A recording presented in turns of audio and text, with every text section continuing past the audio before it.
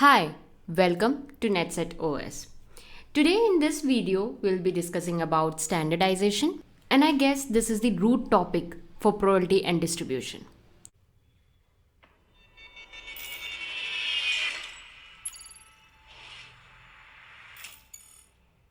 Now, standard normal distribution is a normal distribution or a Gaussian distribution with mu is equal to 0 and sigma is equal to 1. Here in this video, we will see how we can convert a random variable. Let's say if we have a random variable x having normal distribution.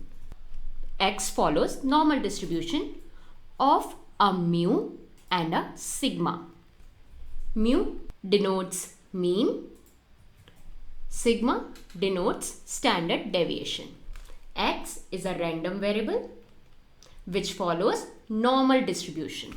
So here we will know how to standardize it. Suppose here x follows normal distribution with mu and sigma square. Now we need to standardize it. So we'll be using linear transformation to convert this mu to 0 and sigma square to 1. So let's know how we can do this. Here when we have x and if I subtract this random variable by mean mu, anyhow mean should be tends to 0. Let's understand this with an example. Suppose we have height of people. We have randomly selected it. So let's take it 140, 150, 151, 160, 161, 162, 163, 170, again 170 and 180. Hope they are 10 measurements. 1, 2, 3, 4, 5, 6, 7, 8, 9, 10. Now let's draw it. So as per this height of students, we have 160, 170, 180. Now we need to calculate mu for this. So it's around 1607 divided by 10. So here mu will be 160.7, which is around here. And the deviation is 10. Now if I see, this is 160, this is 170. So if I compare with mu, it is plus 10. This is plus 20. Here let's say 0. And here minus 10. 160 minus 140 minus 20. So as to make mu tends to 0, the standard deviation is the same, plus 10. Here plus 20 and here minus 10. So here I can say mu is tending to 0. Now if I write here x minus mu divided by sigma. We already have mu as 0. So as to keep x standard, I can write x minus 0, it's already 0, divided by 1. So that I'll have x. So with this linear transformation, we have mu is equal to 0 and sigma is equal to 1. Here mu we kept as 0 with respect to these values. Then to keep it standard, we kept sigma is equal to 1. So now we got the value x minus mu upon sigma. Now this value we will denote it as z. And this z is a random variable which is standard normal distribution. As here mu is equal to 0 and sigma is equal to 1.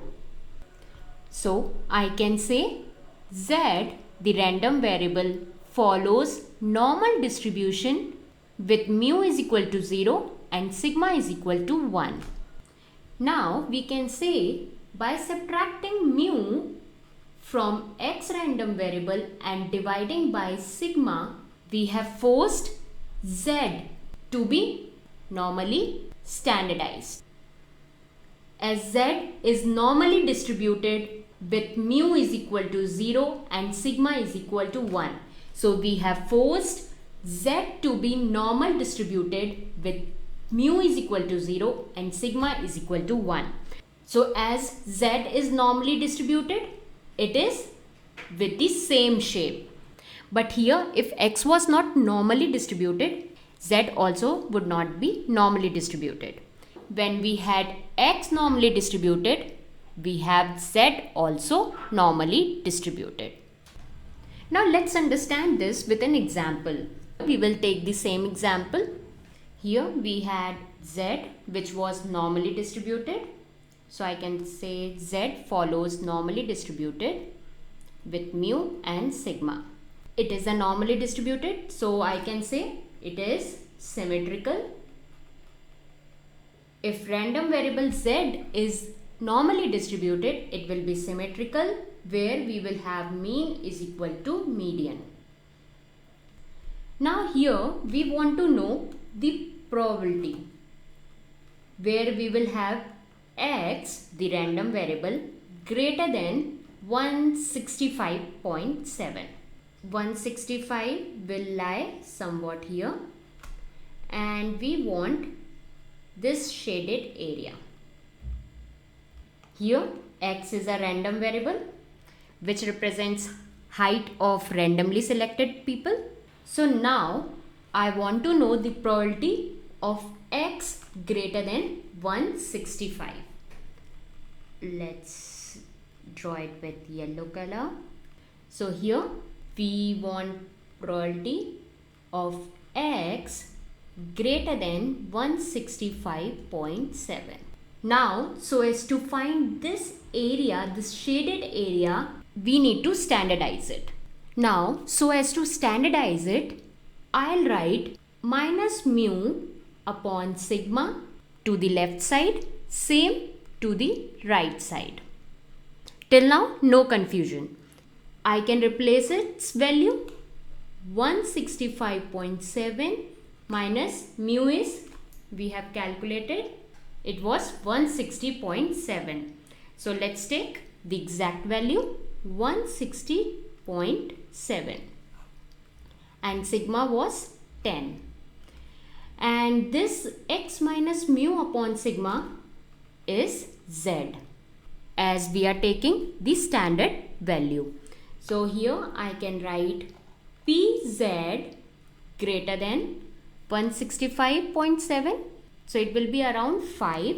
5 divided by 10, around 0.2, where Z is normally distributed. So here I can draw it for Z, where we have mu is equal to 0 and this is 0.2. We need to calculate the area for this. As it is 0.2, here also we'll be having minus 0.2, and here we need to calculate Z score, which gives the area of this value. So for this we'll be going to standard normal table. So here I'll open standard normal table for Z. Now for having standard normal table, I just need to type standard normal distribution for Z square and I'll get this table over here, where we will have negative value as well as for positive value. Now let's see how to use it. Now, so as to take out Z greater than this area, for Z in standardized normal distribution, we'll have 0.2. So I can write, we want the area Z greater than 0.2. But before running off standard normal table, we should know one major thing about Z score. Z score always gives area to the left.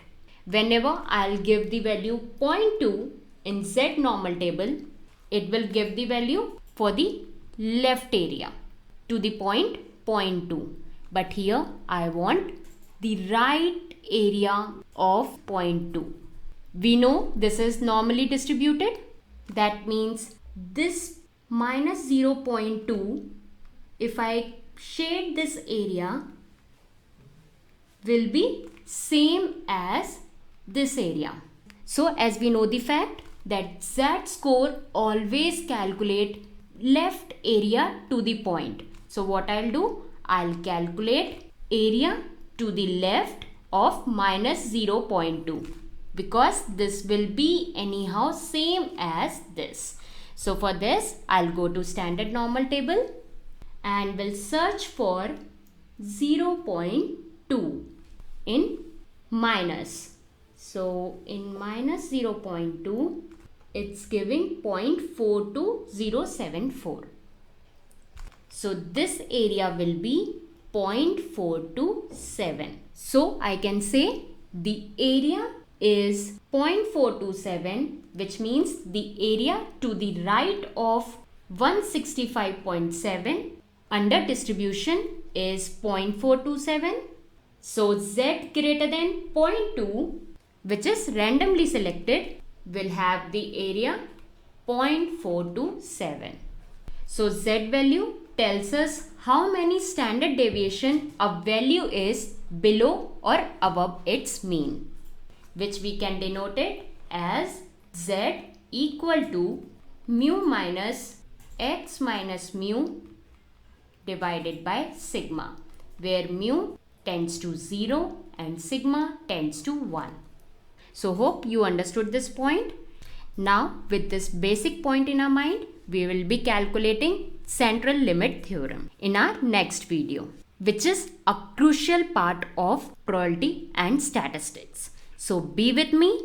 Let's meet in the next video. Take care. Bye-bye.